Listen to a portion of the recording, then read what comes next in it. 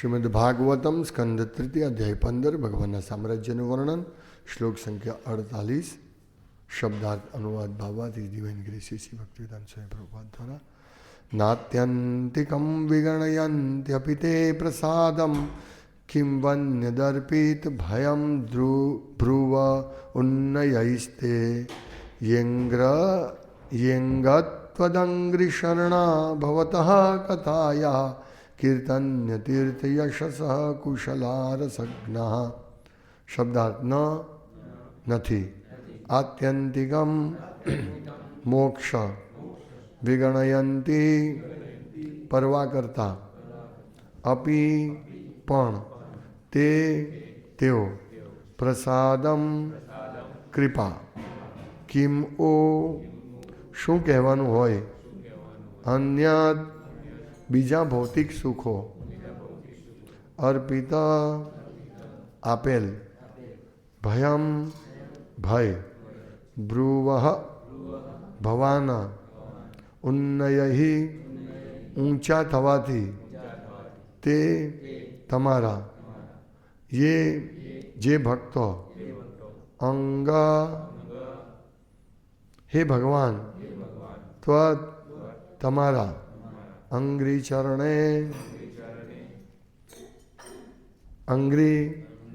ચરણે શરણાહ જેમણે આશ્રય લીધો છે ભવતઃ આપની કથાયાહ કથાઓના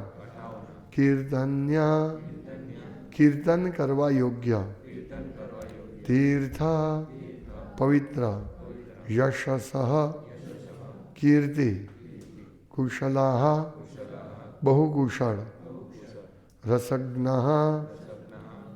રસોને જાણનારા. અનુવાદ જે મનુષ્યો વસ્તુઓને તેમના મૂળ રૂપે જાણવામાં બહુ કુશળ અને અત્યંત બુદ્ધિમાન હોય છે તેઓ શ્રવણ તથા કીર્તન કરવા યોગ્ય ભગવાનની મંગલમય લીલા કથા સાંભળવામાં પરોવાઈ જાય છે. આવા મનુષ્યોને મોક્ષ નામના સૌથી શ્રેષ્ઠ ભૌતિક વરદાનની પણ દરકાર રહેતી નથી. તો પછી અન્ય ભૌતિક સ્વર્ગલોકના સુખો વિશે તો કહેવાનું જ શું હોય. ભાવાર્થ ભગવદ્ ભક્તો જે દિવ્ય સુખ ભોગવે છે તે મંદ બુદ્ધિ મનુષ્યો ભોગવે છે તેવા ભૌતિક સુખથી તદ્દન જુદું જ છે. ભૌતિક જગતમાંના મંદ બુદ્ધિ મનુષ્યો ધર્મ અર્થ કામ અને મોક્ષ આ ચાર પુરુષાર્થો કરવામાં રચ્યા પચ્યા રહે છે. સામાન્ય રીતે કોઈ ભૌતિક લાભ મેળવવા માટે જે તેઓ ધાર્મિક જીવન અપનાવે છે સામાન્ય રીતે કોઈ ભૌતિક લાભ મેળવવા માટે જ તેઓ ધાર્મિક જીવન અપનાવે છે જેનો હેતુ ઇન્દ્રિયોને સંતોષવાનો હોય છે. તે પ્રક્રિયા વડે જ્યારે તે ગૂંચવાય છે કે વધારેમાં વધારે ઇન્દ્રિય સુખ ભોગવવામાં હતાશ બને છે ત્યારે તેઓ પરમેશ્વરમાં ભળી જવાનો પ્રયત્ન કરે છે જે તેમની કલ્પના પ્રમાણે મુક્તિ છે. મુક્તિના 5 પ્રકાર છે. તેમાં સૌથી નીચામાં નીચો પ્રકાર છે સાયુજ્ય મુક્તિ એટલે સર્વોપરી સાથે તદ્રુપ થઈ જવું. ભક્તો આવી મુક્તિ માટે દરકાર કરતા નથી કારણ કે તેઓ વાસ્તવિકપણે બુદ્ધિમાન છે અને તેઓ બીજી 4 પ્રકારની મુક્તિઓ સ્વીકારવાનું વલણ પણ ધરાવતા નથી. તે 4 પ્રકારો આ પ્રમાણે છે. સાલોક્ય એટલે કે ભગવાન રહે છે તે લોકમાં રહેવું, સામીપ્ય તેમના સાથી તરીકે તેમના સંગે રહેવું, સાર્ષ્ટિ તેમના જેવું ઐશ્વર્ય સંપન્ન હોવું અને સારૂપ્ય તેમના જેવું દેહરૂપ ધરાવવું. ભગવાન અને તેમની મંગલમય લીલાનો મહિમા વધારવા માટે જ ભક્તનો સંબંધ છે. શુદ્ધ ભક્તિ તો શ્રવણમ કીર્તનમ છે. ભગવાનના મહિમાનું શ્રવણ તથા કીર્તન કરવામાં દિવ્ય આનંદ લેનારા શુદ્ધ ભક્તો કોઈ પણ પ્રકારની મુક્તિની પરવા કરતા નથી. જો 5 મુક્તિઓ મળતી હોય તો પણ તે સ્વીકારવાની તેઓ ના પાડે છે એમ શ્રીમદ ભાગવતમના 3જા સ્કંદમાં જણાવ્યું છે. ભૌતિકતાવાદી મનુષ્ય સ્વર્ગીય સુખ ભોગવવાની આકાંક્ષા રાખે છે પરંતુ ભક્તો આવા ભૌતિક સુખોનો તત્કાળ ત્યાગ કરે છે. ભક્તને ઇન્દ્રના પદની પણ પડી હોતી નથી. ભક્ત જાણતો હોય છે કે કોઈ પણ સુખકર ભૌતિક સ્થાન અંતે તો નાશવંત જ હોય છે. મનુષ્ય જો ઇન્દ્ર ચંદ્ર કે કોઈ દેવની પદવીને પામે તો પણ અમુક તબક્કે તેનો વિલય થાય છે. આવા ક્ષણિક આનંદમાં ભક્તને ક્યારે પણ રસ પડતો નથી. વેદ શાસ્ત્રોમાંથી જાણવા મળે છે કે અમુક વખતે બ્રહ્મા અને ઇન્દ્ર પણ પતન પામે છે, પરંતુ ભગવાનના દિવ્ય ધામમાંનો ભક્ત કદી પતન પામતો નથી. જેમાં ભગવાનની દિવ્ય લીલા કથા સાંભળવાનો દિવ્ય આનંદ અનુભવાય છે તેવી દિવ્ય અવસ્થાની શ્રી ચૈતન્ય મહાપ્રભુએ પણ ભલામણ કરી છે. શ્રી ચૈતન્ય મહાપ્રભુ જ્યારે રામાનંદ રાય સાથે વાર્તાલાપ કરતા હતા ત્યારે આધ્યાત્મિક સાક્ષાત્કાર વિશે ઘણા સૂચનો રામાનંદજીએ કરેલા, પરંતુ શ્રી ચૈતન્ય મહાપ્રભુએ શુદ્ધ ભક્તોના સંગે ભગવાનનું ગુણ કીર્તન સાંભળવું જોઈએ એ સિવાયના બધા સૂચનોનો અસ્વીકાર કર્યો હતો. ખાસ કરીને આ યુગમાં બધાએ આનો સ્વીકાર કરવો જોઈએ. શુદ્ધ ભક્તો પાસેથી ભગવાનની લીલા વિશે શ્રવણ કરવામાં જોડાઈ જવું જોઈએ. મનુષ્ય જાતિ માટે આ જ સર્વોપરી શ્રેય ગણાય છે. ઓમ જ્ઞાનતિમિરાંધસ્ય જ્ઞાનંજન શલાકય ચક્ષુરુન્મિલિતમ યેન તસ્મૈ શ્રી ગુરવે નમઃ. શ્રી ચૈતન્ય મનોભીષ્ટમ સ્થાપિતમ યેન ભૂતલે સ્વયં રૂપકદા મહ્યમ દદાતિ સ્વપદાંતિકમ વંદેહમ શ્રી ગુરુ શ્રીયુતપદકમલમ. શ્રી ગુરુન વૈષ્ણવાંશ્ચ શ્રીરૂપમ સાગ્રજાતમ સહગણ રઘુનાથાન્વિતમ તમ સજીવમ સાદ્વૈતમ સાવધૂતમ પરિજનસહિતમ કૃષ્ણ ચૈતન્ય દેવમ શ્રી રાધા કૃષ્ણ પાદાન સહગણ લલિતા શ્રી વિશાખાન્વિતાંશ્ચ શ્રી કૃષ્ણ ચૈતન્ય પ્રભુ નિત્યાનંદ શ્રી અદ્વૈત ગદાધર શિવાસાદિ ગૌર ભક્તવૃંદ. હરે કૃષ્ણ કૃષ્ણ કૃષ્ણ હરે હરે, હરે રામ રામ રામ હરે હરે. હરે કૃષ્ણ. ગવર્મેન્ટે 25 પૈસાનો સિક્કો બંધ કરી દીધો, બહુ ઘણા વખત થઈ ગયા. હવે રૂપિયાનો સિક્કો 25 પૈસા જેવો થઈ ગયો. હમણાં પેલું મેરેથોનના એ આવે ને તો સિક્કા બધા આપે તો 1 રૂપિયાનો સિક્કો આટલો નાનો 25 પૈસા જેટલો. હવે 500ની નોટ છે, 2000 નોટ તો બંધ થઈ ગઈ. પણ તમને કોઈ 500ની નોટ આપે પછી તમે 1 રૂપિયાનો સિક્કો જુઓ નહીં. ગઈકાલે હું ટ્રેનમાં આવતો હતો તો ભેળવાળો ભેળ આપતો હતો, તો એક ભેળ 1 પ્લેટના કેટલા રૂપિયા? 40 રૂપિયા. 40 રૂપિયા. આપણે 5 રૂપિયાની 10 રૂપિયાની લેતા હતા. હવે રૂપિયાનું અવમૂલ્યન થઈ ગયું છે.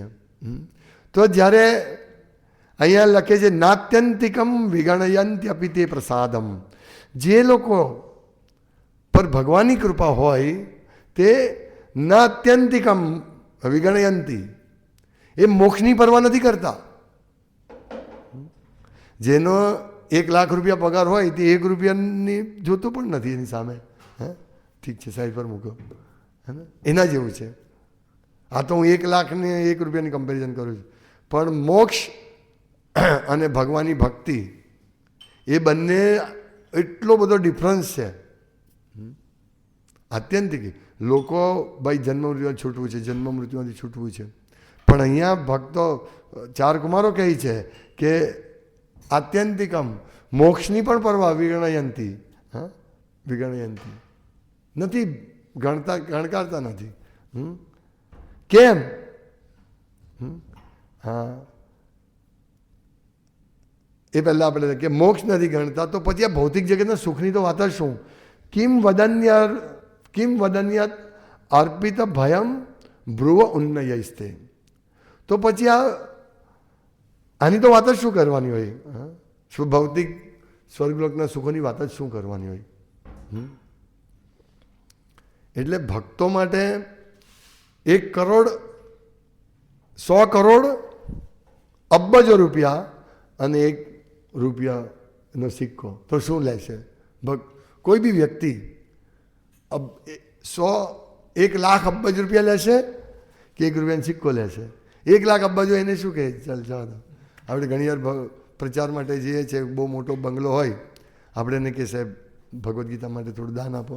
ઓકે, લઈ લો, 11,000 લઈ લો. પછી થોડુંક બધા 21,000, હા કંઈ લઈ. એના જેવું છે. હા, એટલે ભગવાનના ભક્તો માટે ઇન્દ્રિય તૃપ્તિ નહીં છે મારે. આપણે આ જગ્યાએ પહોંચવાનું છે. અત્યારે આપણે ઇન્દ્રિય તૃપ્તિમાં થોડી કરીએ છીએ, પણ આપણું ધ્યેય છે કે ભાઈ નહીં, મારે મોક્ષ નથી જોઈતો. ઇન્દ્રિય તૃપ્તિની તો કેમ વાત આવી? કારણ કે ચંદ્ર, ઇન્દ્ર કે જે પણ દેવતાનો લોકપાલોનો જે પદ છે એ પદ બહુ ઉન્નત પદો છે. આજે અહીંયા પ્રાઇમ મિનિસ્ટર કોઈ બનાવવા કે ચીફ મિનિસ્ટર, કોર્પોરેટર બનવા માટે પણ પેલા લોકો મારે કોર્પોરેટર બનવું છે, સંસદ, તો પ્રાઇમ મિનિસ્ટર, તો એ બધા માટે લોકો વલખા મારે છે. પણ અહીંયા તો ઇન્દ્રચંદ્ર એ પદની પણ પરવા ભક્તો નથી કરતા, બીજી તો શું વાત કરીએ. એટલે ઇન્દ્રચંદ્ર બનવું એ તો સર્વોચ્ચ વસ્તુ છે પૃથ્વીના લોકો માટે. ઇન્દ્રચંદ્રના અધિષ્ઠાતા દેવ મીન્સ ઇન્દ્ર બનવું. આપણે કદાચ બનીને આવ્યા, ઇન્દ્ર પણ બનીને આવ્યા જ આપણે. ચંદ્રના અધિષ્ઠાતા દેવતા. બહુ ભૌતિક સુખો બહુ ભોગવ્યું છે. છેલ્લે પછી હવે બુદ્ધિ ઠેકાણે આવી કે હવે ભક્તિ જ કરવી જોઈએ. હવે આ શ્લોક બહુ સરસ આપણા માટે છે કે છોડો હવે એ બધું, આ બધું શું ઇન્દ્રચંદ્ર બન્યા ને પછી છેલ્લે સુવર જેવા સુખો આપણે ભોગવીએ છીએ. વિચાર તો ખરા. પેલી સ્ટોરી છે ને, ઇન્દ્રને એકવાર શાપ મળ્યો તો સુવર બને છે. તો સુવર અને પરિવાર સાથે ગંદામાં રખડે છે. તો બ્રહ્માજી કહે હવે ભાઈ બોલાવો, એમનો ટાઈમ થઈ ગયો. તો કે મારે નથી આવવા. અરે તું ભાઈ ઇન્દ્ર છે, સ્વર્ગનો રાજા છે, મને હું અહીંયા સુખી છું. તો વિચારો માયાની આવરણાત્મિકા શક્તિ આવરણ લગાડી દે કે તું બહુ સરસ સુખી છે. આપણા બધા પર આવરણ છે. આપણે એમ થયું હું અને મારું, આ જ બધું મારું પરિવાર છે, આ જ મારું છે, એક એક રૂપિયો મારો છે. આવરણાત્મિકા શક્તિ મને મજા આવે છે અહીંયા નહીં. એટલે અહીંયા કેમ આ લેવલ આવે છે? કારણ કે યંગત્વદંગ્રી શરણા ભવતઃ કથાયા કીર્તન્ય તીર્થ યશસ કુશલા રસજ્ઞા. કુશલા ને રસજ્ઞા.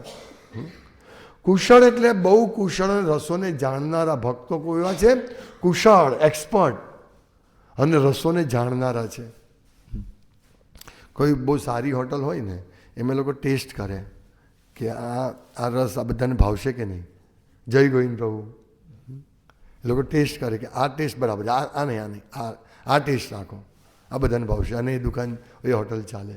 તો અહીંયા શું? રસજ્ઞ, રસોને જાણનારા અને બહુ કુશલા, બહુ કુશળ. તો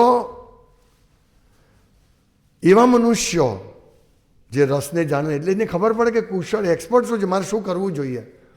એક્સપર્ટ.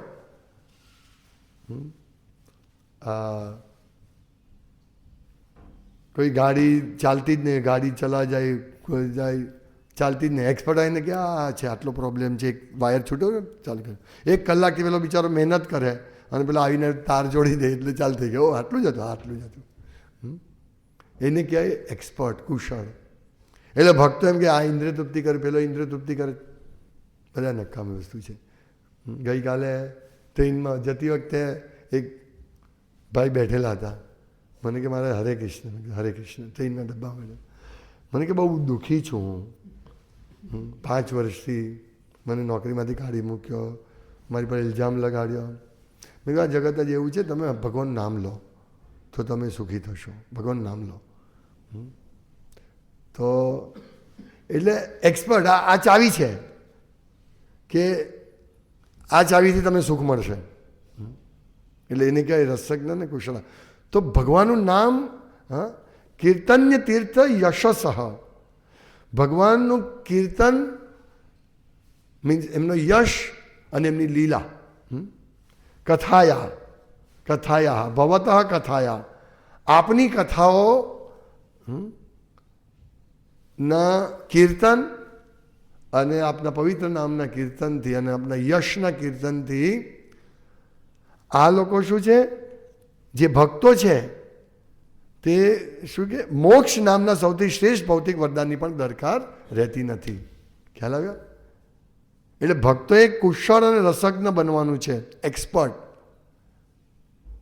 ભગવાનની શેમાં? ભગવાનની લીલા કથા સાંભળીને, ભગવાનનો યશ, નામ, રૂપ, ગુણ સાંભળીને એમનો વિસ્તાર કરીને, પ્રચાર કરીને. અને મુક્તિ 5 ભગવાન સાથે રહેવાનો મોકો, સામીપ્ય, ભગવાનના સંગમાં રહેવાનું સર્વશ્રેષ્ઠ મુક્તિનું વરદાન, સાયુજ્ય મુક્તિ મીન્સ ભગવાનમાં ભળી જવું. એ તો ભક્તો 5 પ્રકારની મુક્તિમાંથી, આ તો ભક્તો વિચારતા પણ નથી. આને તો નરક જેવી માને છે કે એમાં ભગવાનનો સંગ નથી. પણ સાલોક્ય, ભગવાન સાથે લોકમાં એક જ લોકમાં રહ્યું, સામીપ્ય, સારૂપ્ય, ભગવાન જેવું રૂપ મેળવવું, હા, અને સાર્ષ્ટી, ભગવાન જેવું ઐશ્વર્ય મેળવવું, આની પણ ભક્તો દરકાર નથી કરતા. વિચારો, મુક્તિ, આ મુક્તિ, સાયુજ્ય મુક્તિ તો કોઈ જ નથી ઈચ્છતું ભક્ત, પણ આ મુક્તિ પણ નથી ઈચ્છતા. વિચારો, એટલે ભક્તની માનસિકતા કેવી હોવી જોઈએ. એટલે કુશળ રસજ્ઞ હોવો જોઈએ અને એને ખબર છે કે ધ્યેય શું છે, અલ્ટિમેટ ધ્યેય શું છે.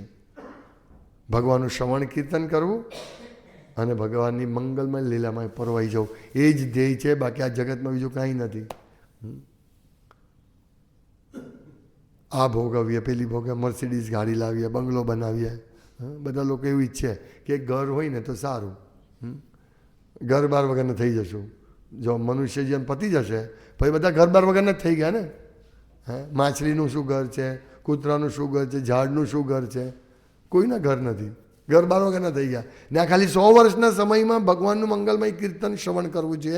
તેમાં આપણે શોધીએ ઘર ક્યાં છે, હા, અને સારા કપડાં પહેરીને સારું ખાવાનું ખાઈએ. એ બધું ભૂંડને ના એમ દે ભાજાન લોકે કષ્ટાન કામાનાર્થી વીડ ભુજામ એ વીડ ભુજામ. આ બધું ગંદુ ખાવાવાળાનું આપણે નહીં જાઓ. તપો દિવ્યમ પુત્ર કાયેન, દિવ્ય તપ કરો. અને દિવ્ય તપ શું છે? શ્રવણ કીર્તન, 4 નિયમોનું પાલન કરવું, અને શું કહે ભક્તિ, સાધન ભક્તિ કરવી. બહુ સરસ વસ્તુ છે કે જેનાથી આપણું એ છે.